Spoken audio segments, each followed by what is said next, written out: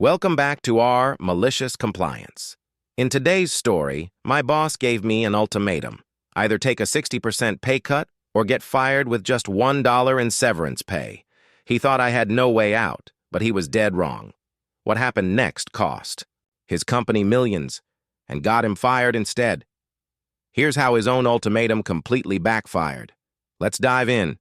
This all happened a few years ago, and I'm finally ready to share it. Honestly, it still makes me laugh thinking about how spectacularly it blew up in my former boss's face. At the time, I was working as a senior software engineer at a small tech company for nearly 8 years. We specialized in building custom, database solutions for healthcare providers. Think small to mid-sized medical practices and specialty clinics. But I wasn't just a coder. I was basically the client whisperer. The guy who could take a doctor's rambling description of their workflow and translate it into a system that actually worked. The job was challenging but incredibly rewarding. I earned a solid salary for the area, had great benefits, and genuinely loved what I did. The company's original owner, a former doctor turned entrepreneur, understood that keeping good developers happy meant treating them well. He knew our industry was built on relationships and trust. Unfortunately, the company was later acquired by a larger regional firm, and while they initially promised not to interfere with operations, that promise didn't last long. For a brief time, things actually improved. We got new resources, bigger projects, and even a small salary bump. I worked on some really interesting projects, like automated reporting systems for compliance requirements. Life was good until the new regional manager arrived. This guy embodied everything wrong with corporate cost-cutting. He constantly flaunted his business degree, despite having zero experience in healthcare software.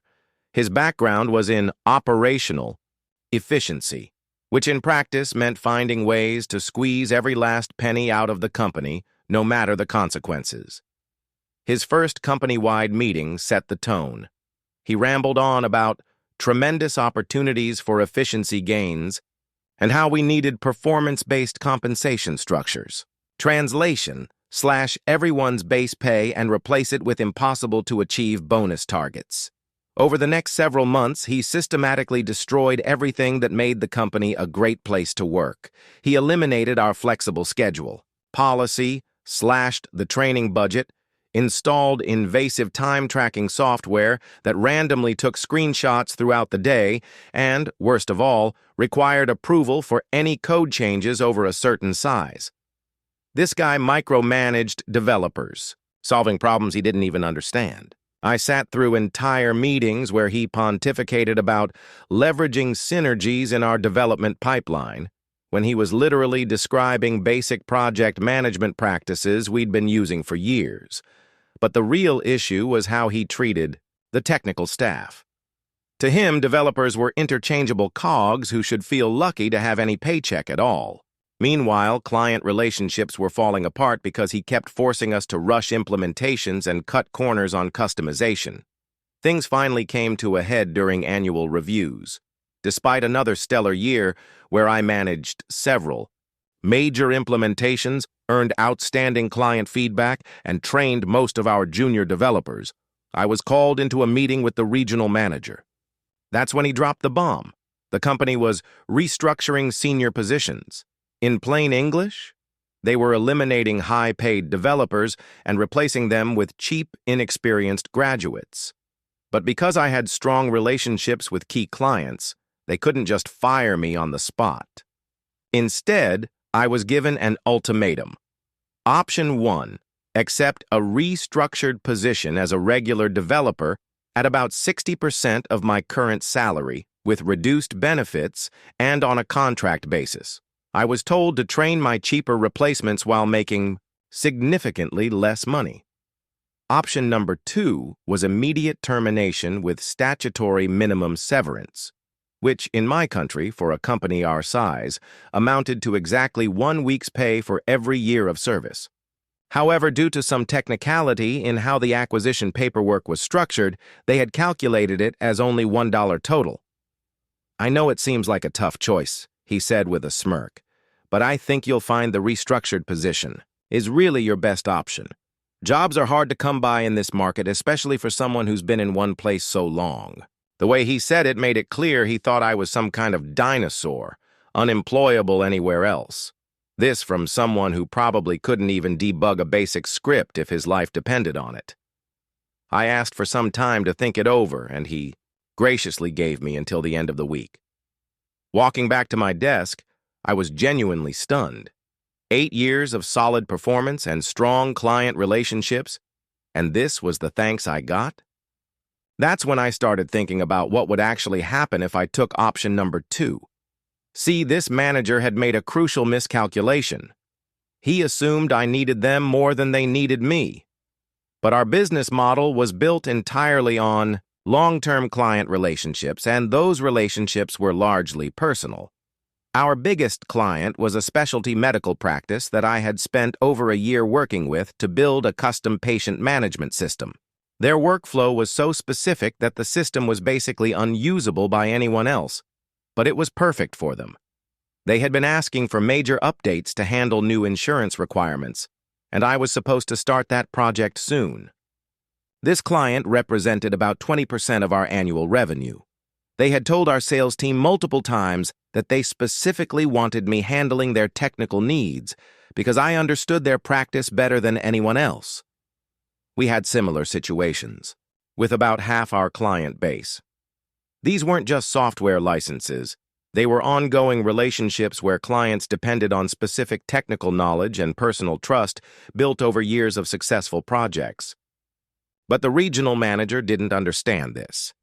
In his world, all clients were the same, and any competent developer could maintain existing relationships. He had never worked in specialized software, where domain expertise and personal connections are everything, so I started making some careful inquiries. I reached out to my contact at the specialty practice and mentioned that I might be leaving the company soon.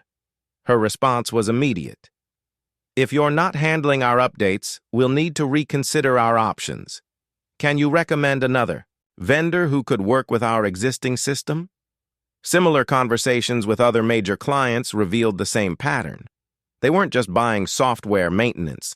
They were buying my specific knowledge of their operations and my track record of delivering solutions that actually worked for them. Over the next few days, I quietly reached out to other companies in our area. It turns out experienced healthcare software developers were in high demand. By Thursday, I had 3 solid job offers, including one from a smaller firm offering a 20% salary increase specifically because I could bring client relationships with me. But I wasn't ready to take those offers just yet. On Friday morning, I walked into the regional manager's office with my decision. "I've thought about your offer," I told him, "and I've decided to take option 2. I'll accept the immediate termination with the minimum severance." His face went through an amazing sequence of expressions: confusion, disbelief, and then what looked like actual panic. "Are you sure about this?" he asked. "The restructured position really is a good opportunity. You'd still have steady income, still be part of the team." I assured him I was absolutely certain. I wanted the termination effective immediately with whatever severance was legally required. After all, those were the only 2 options he had given me. He tried to suggest maybe we could work out some middle ground, but I insisted on sticking to his original offer. I was choosing option 2, exactly as he presented it. The paperwork took most of the afternoon. I cleaned out my desk, said goodbye to my colleagues, and walked out that day with my final paycheck plus the generous severance pay. The following Monday, my former colleagues started telling me about phone calls the office was getting. The specialty practice called first. They wanted to discuss the timeline for their upcoming project. When they learned I was no longer with the company, they asked to speak with whoever would be taking over my responsibilities. But the problem was nobody else really understood their custom system well enough to make meaningful updates. By Wednesday, that client had scheduled a meeting to discuss their options, corporate speak for shopping around for a new vendor. Over the next few weeks, similar conversations were happening with about half our client base. They weren't immediately canceling contracts, but they were all suddenly interested in evaluating their long-term technology partnerships. The regional manager was apparently in full damage control mode. According to my former colleagues, he was scheduling emergency meetings and demanding explanations for why clients were expressing concerns. The sales team had to explain what I'd been trying to tell people for months. In specialized industries, relationships and domain expertise matter more than just having a functioning product. What made it worse, the real issue was that the company's existing code base was extremely complex and poorly documented. The junior developers they had recently hired were intelligent enough, but it would take them months to fully grasp systems that had been customized over several years for individual client workflows. In the meantime, support response times slipped from same-day service to several days. Critical updates were delayed because no one truly understood how the custom implementations functioned. Roughly 6 weeks after I left, client satisfaction scores began to plummet. The specialty practice officially terminated its contract and hired another vendor to build a brand new system from scratch rather than attempting to maintain software that nobody understood. Over the following months, 3 additional major clients followed suit. None of them were hostile or dramatic about it. They simply determined that the company could no longer provide the specialized support they required. Around 2 months later, the regional manager tried contacting me through my former supervisor. He apparently wanted to discuss consulting opportunities, to assist with client transitions. I politely declined. By then, I had already started working for a smaller firm that had offered me a higher salary, and we had even signed contracts with 2 of the clients who had left my previous company. The final blow came about 8 months later. My former supervisor, who had also resigned by that time, informed me that the company had been forced to lay off most of its remaining technical staff. Losing its largest clients had thrown the division into severe financial distress, and the parent corporation was debating whether to sell the division or shut it down completely. Supposedly, the company had lost millions. The regional manager was fired for his incompetence. Looking back, his biggest mistake was treating specialized expertise as if it were easily replaceable. He had given me an ultimatum, assuming I'd be desperate enough to accept a huge pay cut because finding another job would be difficult. Instead, I called his bluff and chose the one option he never expected me to take. Within 2 months, I was earning a better salary at a healthier company, while his so-called cost-cutting strategy ended up costing far more than it saved. He believed he held all the leverage and that his ultimatum would force me into accepting worse terms. What he didn't realize was how badly he underestimated my value to the company. Ironically, he could have kept me happy with basic respect and fair pay. Instead, his arrogance and short-sighted cost-cutting turned a loyal, productive employee into the reason multiple major clients left. That's the thing about ultimatums. They only work if you truly hold all the cards. This manager learned that lesson the expensive way. And honestly, I'd say that arrogant, entitled regional manager got exactly what he deserved. Good riddance. Now, on to another fantastic malicious compliance story titled, Be Careful What You Scream For. If you enjoy these kinds of stories, don't forget to like the video, subscribe, and leave a comment to show your support. I genuinely appreciate your feedback. Our next story begins with a phone call I received while working as a support manager for a company that sells credit card readers and other payment processing services. One of our newest employees answered a call from someone who refused to introduce himself. Instead, he loudly demanded to speak directly with the CEO and wouldn't provide any information beyond repeated demands and some not-so-subtle swearing. Normally, that kind of behavior earns a quick hang-up. But I was curious to know who had the audacity to scream at my staff, so I had the call transferred to me. Having handled these types of calls before, I introduced myself with an intentionally impressive-sounding title and assured the caller that whatever his support needs were, I could handle them. I explained that the CEO was busy, and I was next in line in the support hierarchy. That wasn't entirely true, but it often calms people down enough to explain the real issue. The caller introduced himself as Steve, owner of Steve's Cafe. Not just one cafe either, but all 7 of them.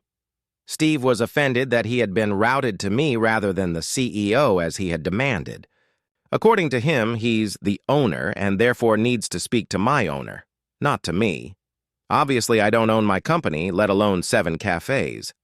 I reassured him that as the support department manager, I had the authority to handle anything he needed, set up accounts, order new devices, make changes, whatever. All he had to do was explain the issue. His response was immediate and aggressive. "Can you cancel my accounts?" "Yes, I can," I replied, explaining that we'd need a written request for cancellation. I also asked why he wanted to close. His accounts. Standard procedure. Feedback helps determine if customers leave due to product issues, poor service, or simply a better deal elsewhere. But before I could get far, Steve shouted again, "Have the CEO call me. He has my number." Then he hung up. I escalated the matter internally. Without an email, there's no cancellation, but the bosses needed to be informed. The very next morning, I was invited to an emergency meeting with the CEO and several key administrators. They showed me an email Steve had sent directly to the CEO, somehow finding his internal address. He complained that one of his 7 cafes was having a terrible experience with our product and demanded immediate cancellation of all his accounts, plus a refund for 3 months of payments, claiming the product was completely unusable.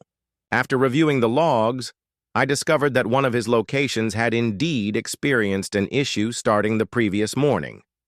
The store wasn't completely down, but the problem was making operations difficult. What stood out was that there had been no prior emails or calls reporting the issue, just an angry cancellation demand. I provided the call logs, and we all listened to Steve's screaming rant directed at the support agent before being transferred to me. And that's when I heard 2 words that triggered the malicious compliance. The CEO gave a simple order. "Cancel them." The room fell silent. His word was final. We shut down all 7 accounts and terminated their services. The next morning, their staff started work only to find their devices unusable. The calls began pouring in once again. Each time, the CEO confirmed, "The account is canceled. Follow protocol."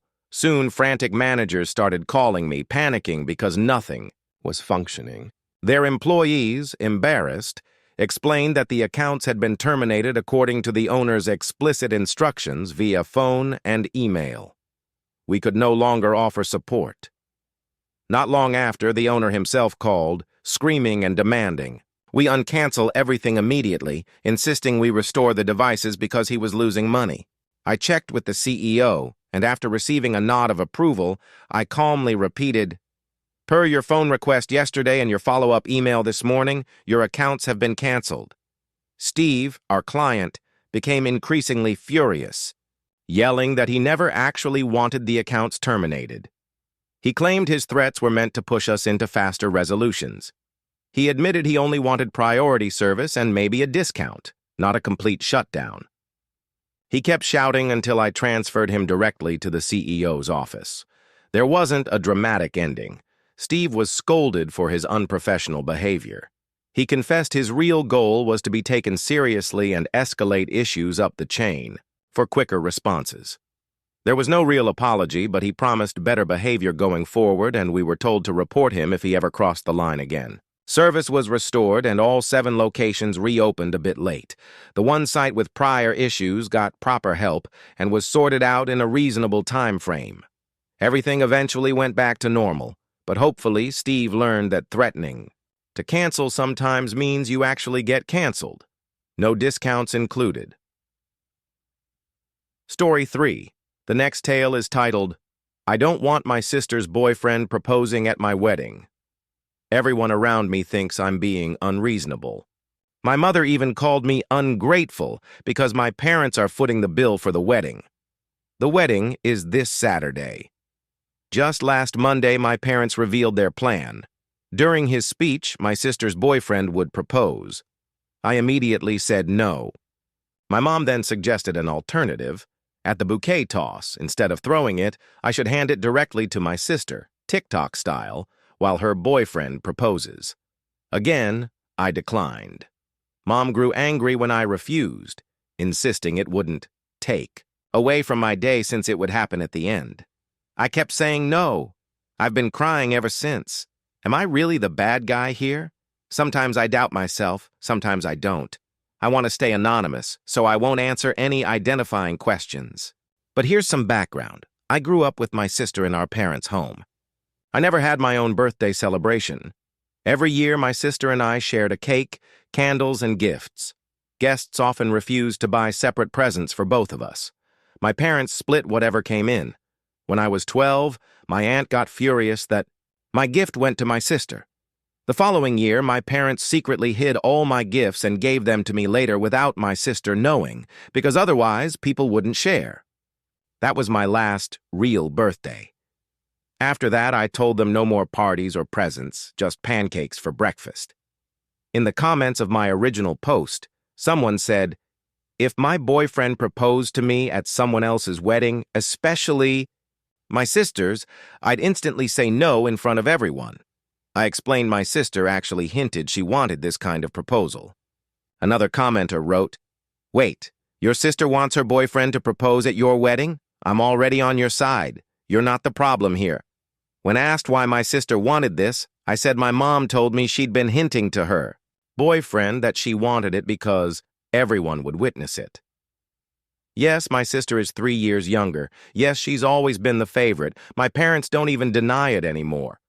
Another commenter suggested, have your husband, during his speech, say how thrilled he is that his beautiful wife is getting her special day. Then announce that anyone planning to hijack the event with proposals, baby announcements, or even football scores can leave now. Also, throw the bouquet to anyone but your sister and have the DJ cut the mic if someone tries anything. Someone else even said, cancel the wedding entirely, waste their money and do it on your terms. But I couldn't. That would disrespect the many guests traveling for us. I love my friends and my husband's family, even if I'm not feeling too fond of my mom and sister's boyfriend right now. There's no open mic at the reception except for the maid of honor, best man, and our parents. But I suspected my mom would find a way to call him up. That's their plan. So yes, we decided to cancel the open mic completely.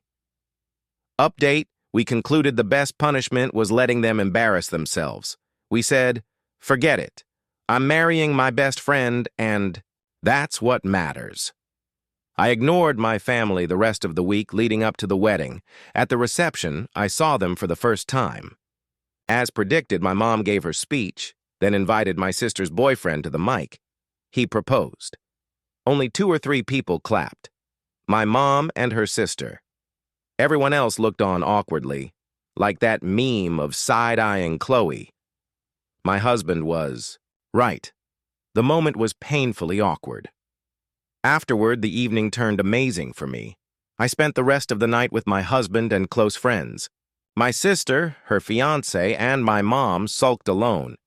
Nobody went to congratulate them. Later, my mom texted accusing me of sabotaging the moment. I ignored her. I was on my honeymoon and refused to entertain the drama. It's not my fault they lack the self-awareness to realize how inappropriate their actions were. One commenter summed it up perfectly. Imagine your big proposal memory being everyone side-eyeing you in silence. That's forever. No cheering, no joy, and no way to erase it. Karma really is a witch. Someone in the comments said, the wedding guest really understood the assignment. And honestly, they were right. It was spot on.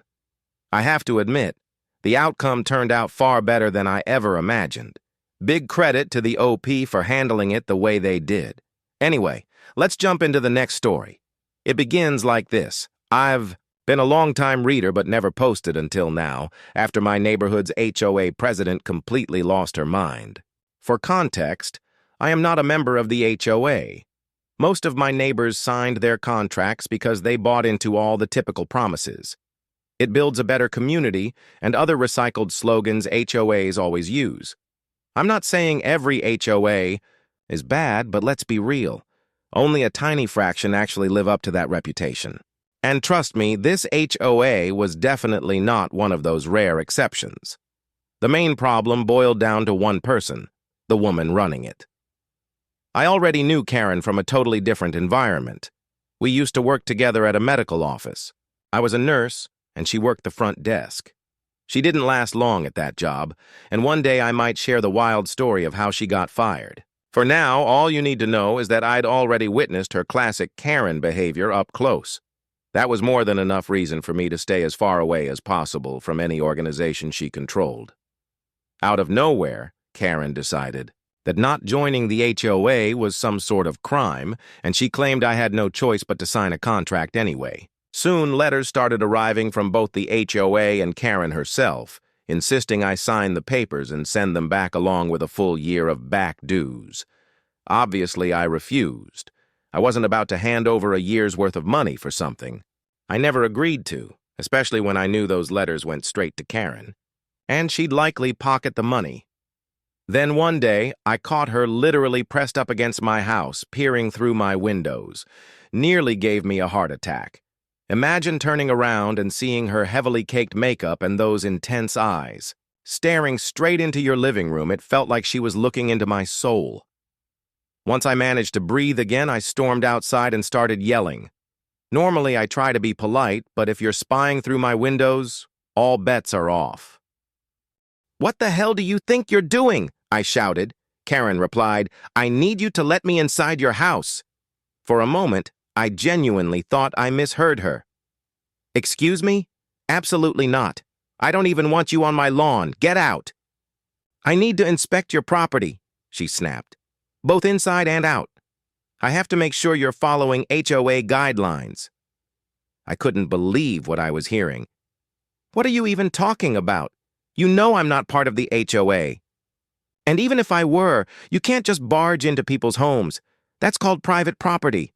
I cannot believe I even have to explain this to a grown woman. Leave, Karen." She shook her head. "No, you're breaking the law right now." I blinked. "I'm breaking the law? You're the one trespassing on my property and trying to force your way inside. I was literally walking to my kitchen, and somehow that's illegal to you?" Karen doubled down. "You're breaking the law by refusing to sign the HOA contract and stopping the HOA president, aka me, from doing an inspection." Obviously, I refused to let her inside. That's when she whipped out her phone and called the police on me. Now, I've heard plenty of stories about Karens calling the cops and lying to get their way, but surprisingly, this wasn't even one of those cases. She didn't lie, at least not from her bizarre internal perspective of truth. She literally told the dispatcher that she needed officers because I was breaking the law by obstructing an HOA inspection. The cops actually showed up, because no matter how ridiculous a call is, they have to send someone to check. Fun fact, you can call the police for nearly anything, and they're obligated to respond. An officer arrived, listened to both of our stories, and looked extremely confused. He had to ask Karen multiple times to explain what she wanted.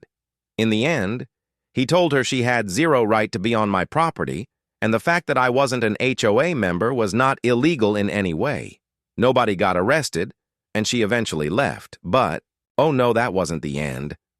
Karen went full 911 happy. She started calling the cops on me repeatedly, claiming I was breaking some law every time she spotted me outside. Each time the officers came, she'd point out some random HOA rule she thought I violated. I have no idea why she didn't get fined for wasting police resources, but that wasn't my call. Thankfully, none of it led to my arrest, though Karen's. Frustration clearly grew worse by the day. At that point, I realized she wasn't going to stop unless I did something. Suing her would take time and money I didn't want to waste. Revenge, however, was cheaper and honestly, much faster. Since she technically wasn't committing any criminal acts, I decided on another approach. I managed to track down a copy of the HOA rule book. This was way harder than it should have been. I'm convinced Karen kept the rules under wraps so she could fine people for whatever nonsense she made up. Once I got my hands on that book, which looked like it hadn't been properly updated in years, I combed through it carefully. Buried in those outdated pages were at least a dozen violations tied directly to Karen's own property. I wish I had taken pictures before sending them, but one that stuck out was a rule against personal advertisements visible from the street. And guess what? Karen had a sign right on her garage advertising her craft business. I compiled every violation I found and sent the list anonymously to the HOA, demanding that she be fined according to their own rules. She had no idea it came from me. I already knew the HOA had mailed her a notice demanding roughly $3,000 in fines, mostly because she wouldn't stop griping about it to everyone in earshot. Playing dumb, I casually asked what was wrong, and she launched into a rant about being fined for unfair reasons. So I asked her why she constantly bragged about how wonderful the HOA was if she now had nothing but complaints about it. She didn't have an answer, just sort of froze, then seemed to connect the dots that I was the one who had reported her. Her face turned red with anger, and she sputtered through 3 half-finished sentences before storming off. After that, no more 911 calls against me, no more passive-aggressive letters claiming I was legally required to join the HOA.